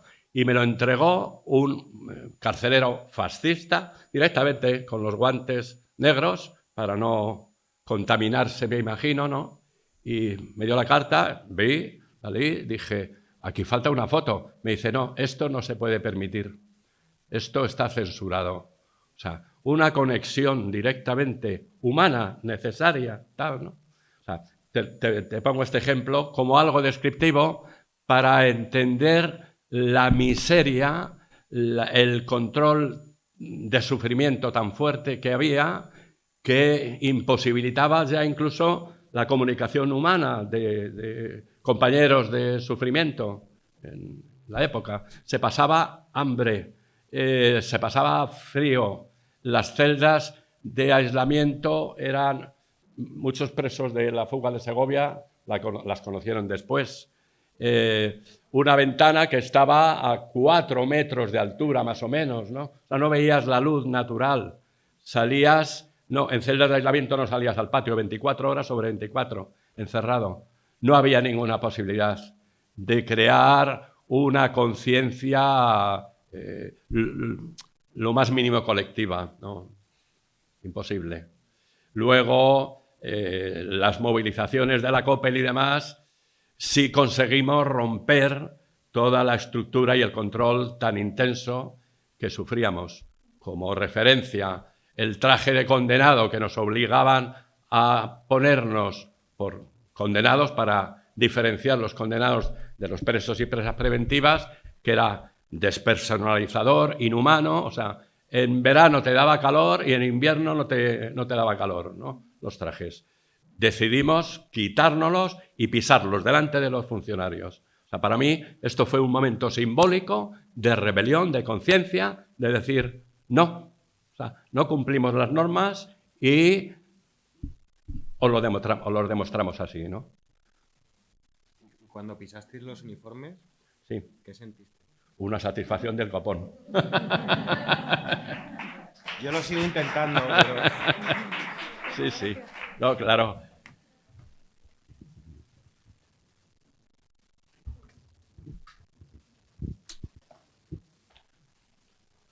Se puede criticar, menos tirar tomates.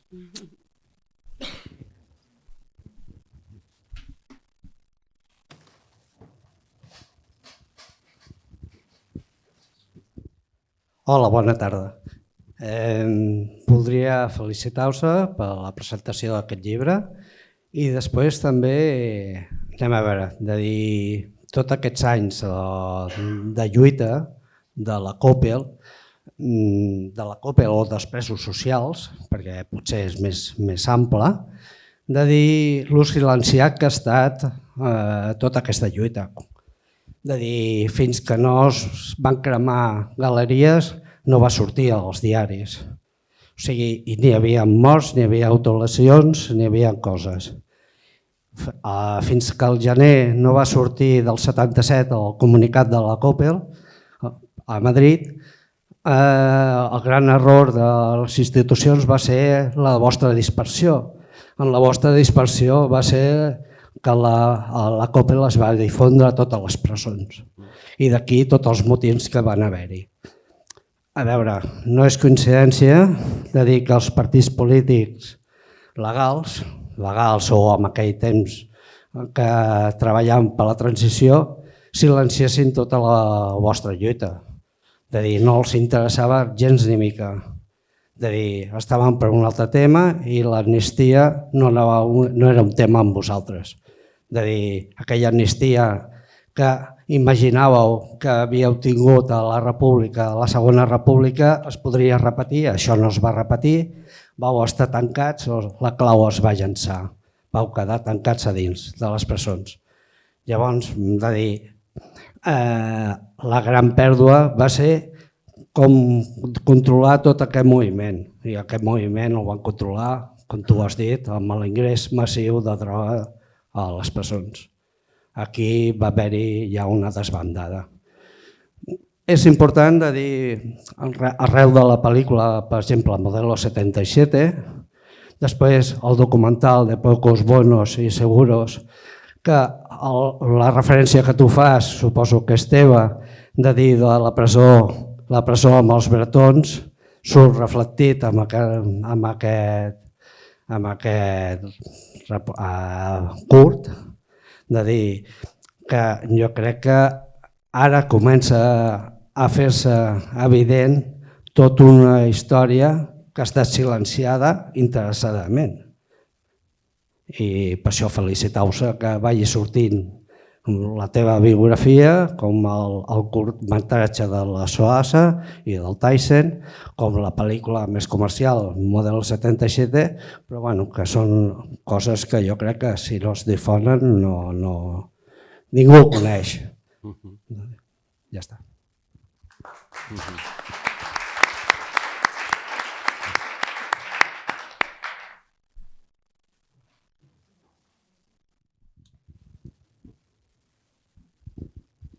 Hola, Daniel. Hola, Gracia. Bueno, darte la enhorabuena, sobre todo por tu constancia, por tu tesón, por haber llegado a poder plasmar en letras todo lo que has sufrido, no solo dentro de la cárcel, sino fuera también. Te doy otra vez la enhorabuena y te digo que te quiero muchísimo. A mí me gustaría contar un poco de lo que pasa hoy en las cárceles. La semana pasada murieron 3 presos en las prisiones de Cataluña. Supongo que la prisión ha cambiado para peor. Las prisiones están llenísimas de presos con muchos problemas de salud mental, con muchas adicciones y en muchos casos creo que en un punto que no tiene vuelta. Se han quedado ahí. Esas personas, por supuesto, no están rehabilitadas, pero es que aunque salgan, tampoco se van a poder rehabilitar. Porque aquí fuera tampoco hay medios, tampoco hay personas, tampoco hay recursos, como dicen ellos, recursos. Entonces, no sé, ahora es muy difícil que se pueda producir algo como lo que vosotros conseguisteis, porque la primera entrevista que yo hice dije que las cárceles, los patios de las cárceles son cementerios y lo continúo diciendo. O sea que, no sé, nos gustaría mucho que se hablara más de lo que pasa hoy en las cárceles, sin quitar, por supuesto, ningún mérito a lo que vosotros hicisteis en ese momento y seguís haciendo. Pero es que las cárceles, no sé, están acabando con la vida no solo física, sino emocional, social, económica, de muchísimas personas, como nosotras, como muchas de nosotras que pertenecemos a la Asociación de Familias de Presos en Cataluña. Gracias, Janel. Un beso.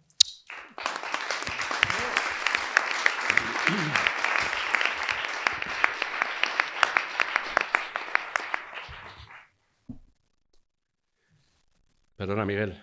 Yo quería puntualizar un poco el problema de la memoria.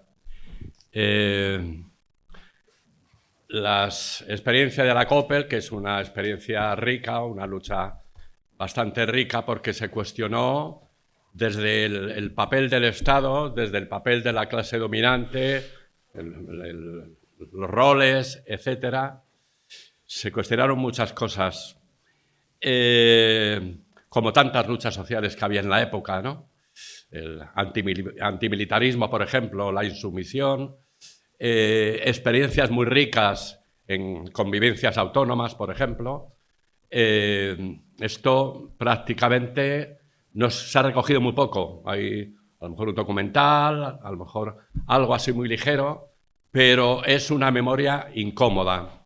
El papel del Estado para reconducir e interpretar el interés de su memoria, está claro, la referencia puede ser la bazofia de programas que hacía la Victoria Prego, que era la historia oficial difundida por La Voz de su Amo, Televisión Española, ¿no?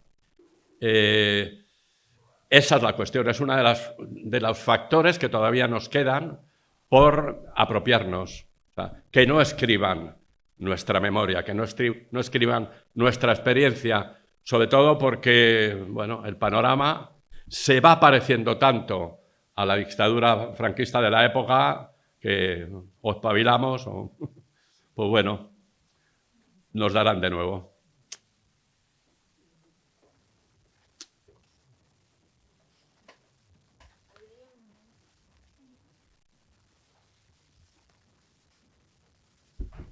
¿Quieres? Bien. Aprovechando que tienes Nacho. Hola. De entrada, gracias, Daniel, y los compas que estáis al lado, que habéis ayudado a que este libro salga a la calle, que eso ayudará a que la memoria, pues por lo menos, esté en algún sitio y lo podamos leer, lo podamos ver. Entonces, voy a la pregunta. Bueno, espero, ¿no? Que termine un poco. Bueno, sí. ¿Me has preguntado? Perdona, Pedro. Bueno, iba a preguntar, pero puedo esperar, no pasa nada. ¿Sí? Soy hombre y a veces tengo capacidad de hacer dos cosas a la vez. Vale. Pero en este momento me has pillado, ¿no? Vale, bueno, pues eso. Gracias por escribir el libro y que esto valga para que haya memoria en los años venideros o la gente que tal, que siempre estará, porque el Estado nunca va a visualizar esta lucha. Entonces vengo a la pregunta, ¿no? En esos tiempos de la COPEL, que la COPEL estuvo muy activa y así, desde esa época hasta aquí, yo lo único que recuerdo un poco algo parecido, muy poquito, la campaña de cárcel y tortura que se hizo hace 15 años así aproximadamente, igual algo menos, y no llegó a los niveles de COPEL. Entonces la pregunta es, ¿crees que en algún momento puede haber en las cárceles una lucha como hubo la COPEL reivindicando derechos para presos o reivindicando derechos para adentro, o reivindicando esa lucha que tuvo COPEL? ¿O la lucha que ese momento histórico que la COPEL estuvo, la COPEL pudo existir o existió porque había un contexto político, un contexto social en el que había mucha gente presa, con mucha relación con la gente de calle, que ahora mismo no existe, que ahora mismo no está? Por lo tanto, igual los grupos de apoyo a presos somos un poquito más asistencialistas que otra cosa que activar las cárceles para que eso suceda, o por el contexto social que hay nunca va a suceder. También entiendo que el Estado ha aprendido mucho a ir cambiando de actitudes para que las prisiones están fuera, hay estados que ya están haciendo en Europa a los presos que se los llevan a otros países, aunque están gestionados por otros países. Hoy veía el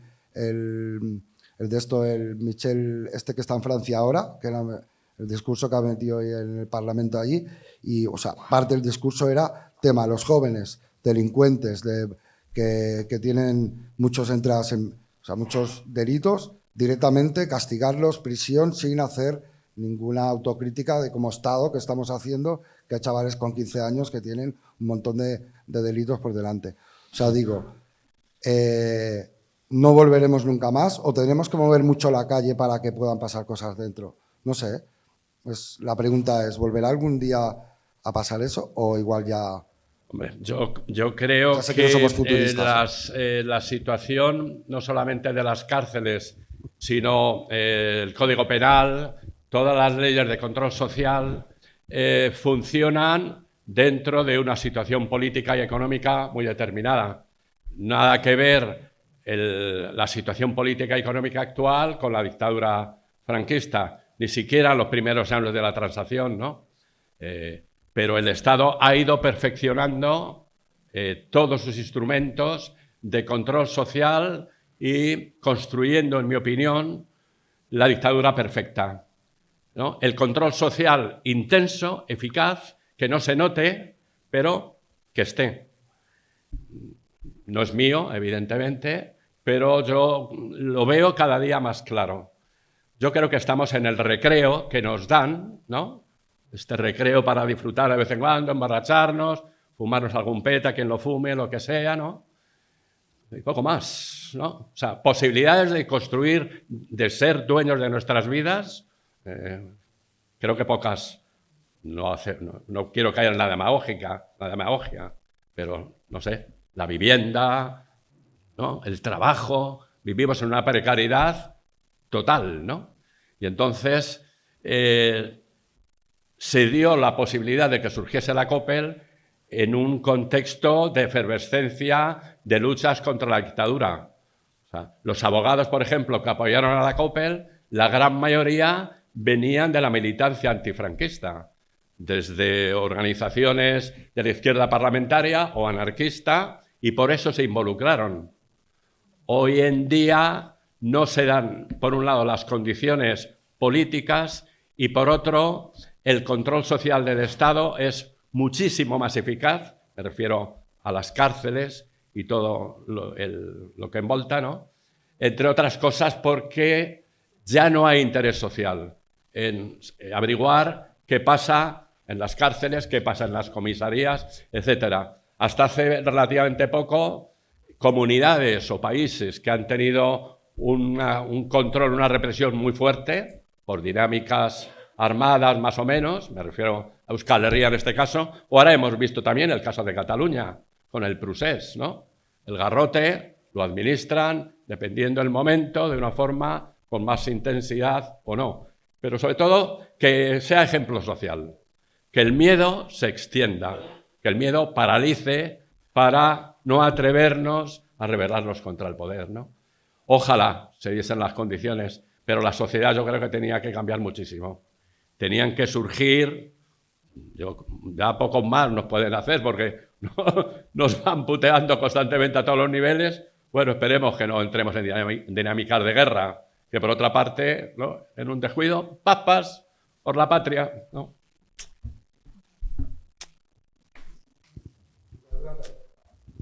Eso es.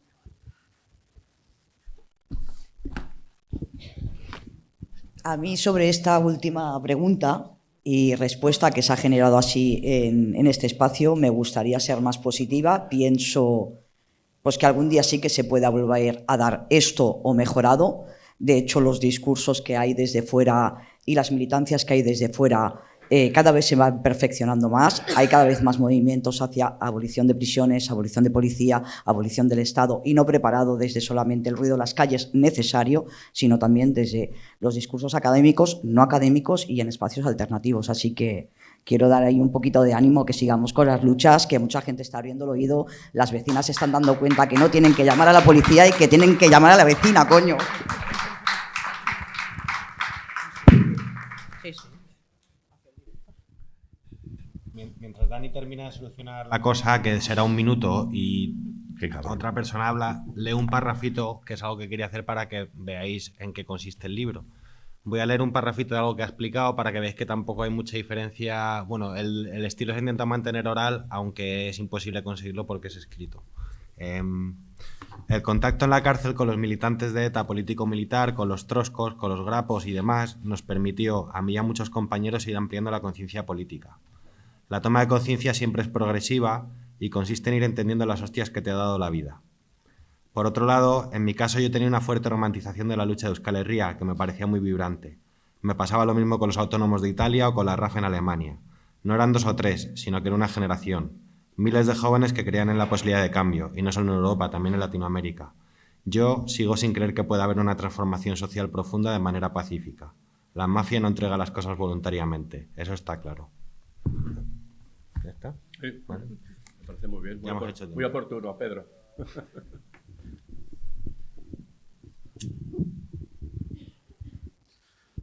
Hola, Daniel. Hola, Dino. Yo voy a ser contrera, voy a discrepar con lo que dijiste a lo último, solo para hacerte otro homenaje a tu trayectoria.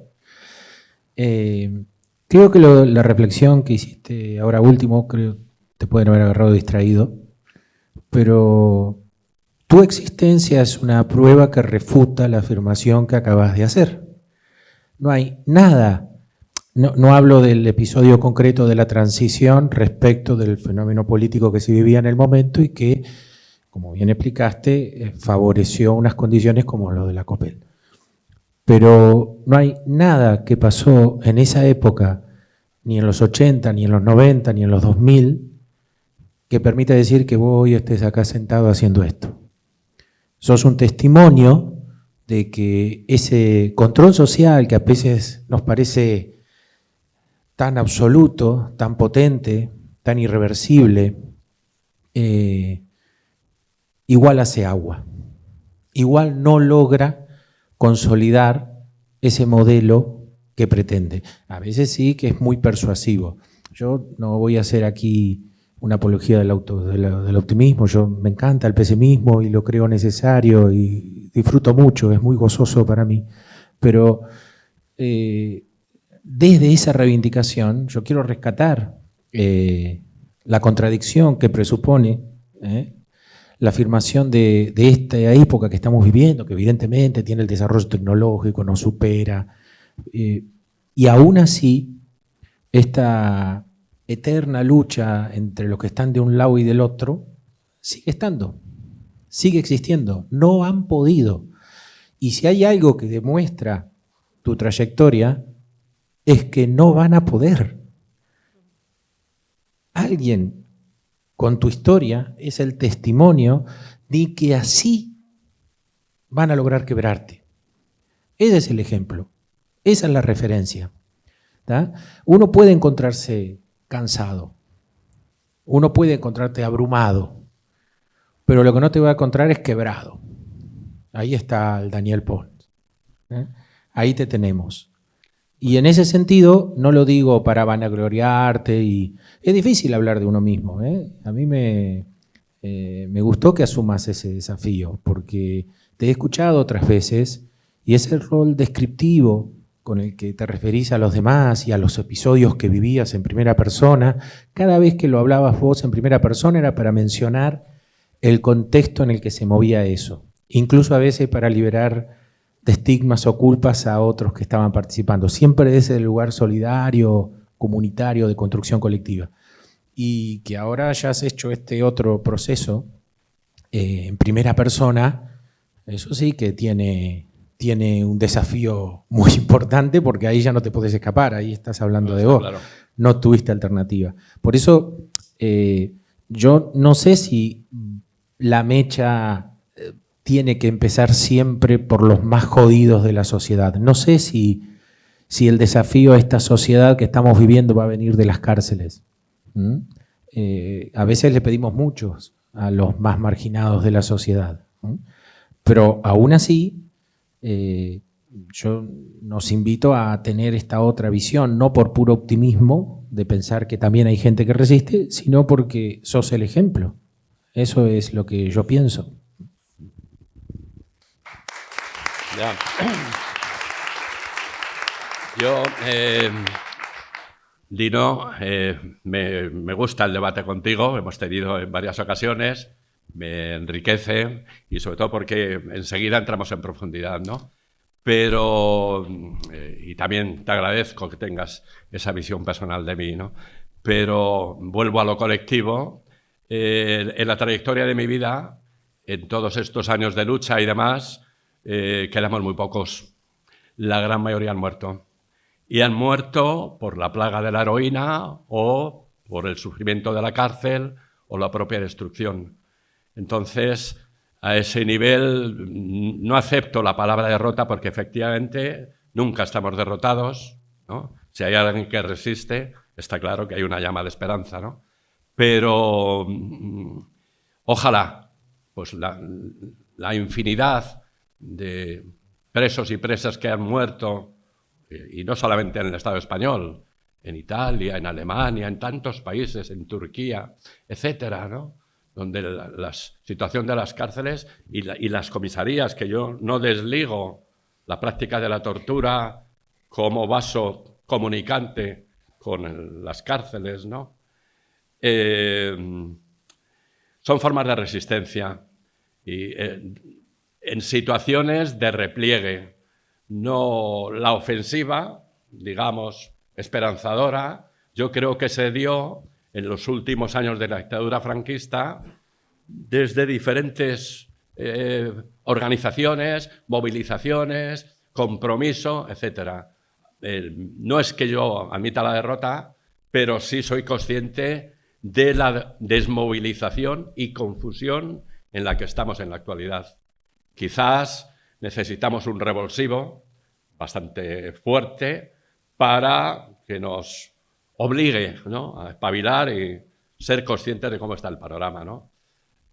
Por no hablar de la perfección del control del Estado. No soy pesimista, a pesar de todo. Creo que soy realista. Yo sigo sin creer que pueda haber una transformación social profunda de manera pacífica. La mafia no entrega las cosas voluntariamente. Está claro. Está claro. No, pero es que no solamente se puede producir, o sea, yo la conclusión que he sacado del procés, por ejemplo, ¿no?, que estamos aquí en Cataluña, ¿no?, había un potencial de cientos de miles de personas que compartían una idea, un sueño, ¿no?, legítimo, ¿no? Y no era una dinámica violenta, pero desgraciadamente no había una estrategia de desobediencia civil. Y la desobediencia civil supone todo un trabajo, ¿no?, de años y estructuras y demás, y tener una visión clara de confrontación contra el Estado, ¿no?, sin violencia. Creo que hay otras vías también que pueden ser eficaces. No era un argumento mío. Ya.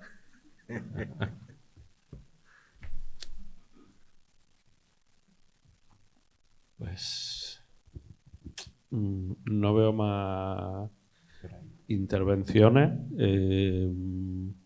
Solo una última cosa. Yo tengo la impresión de que tu trabajo en los últimos años ha sido construir o ayudar a construir todo un archivo de la memoria del movimiento anticarcelario.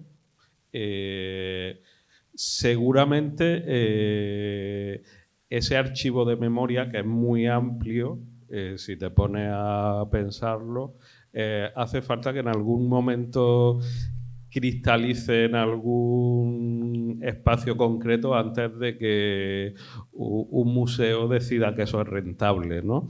No sé si, Sí, te entiendo. digamos, va por ahí la cosa también. Estaría bien pensar cómo se construye ese archivo, ¿no? Más allá, digamos, de las iniciativas que se van dando desde diferentes espacios. Hay el Centro de Documentación de Movimientos Sociales de Can Batlló, que lleva el nombre de Mercè Grezner.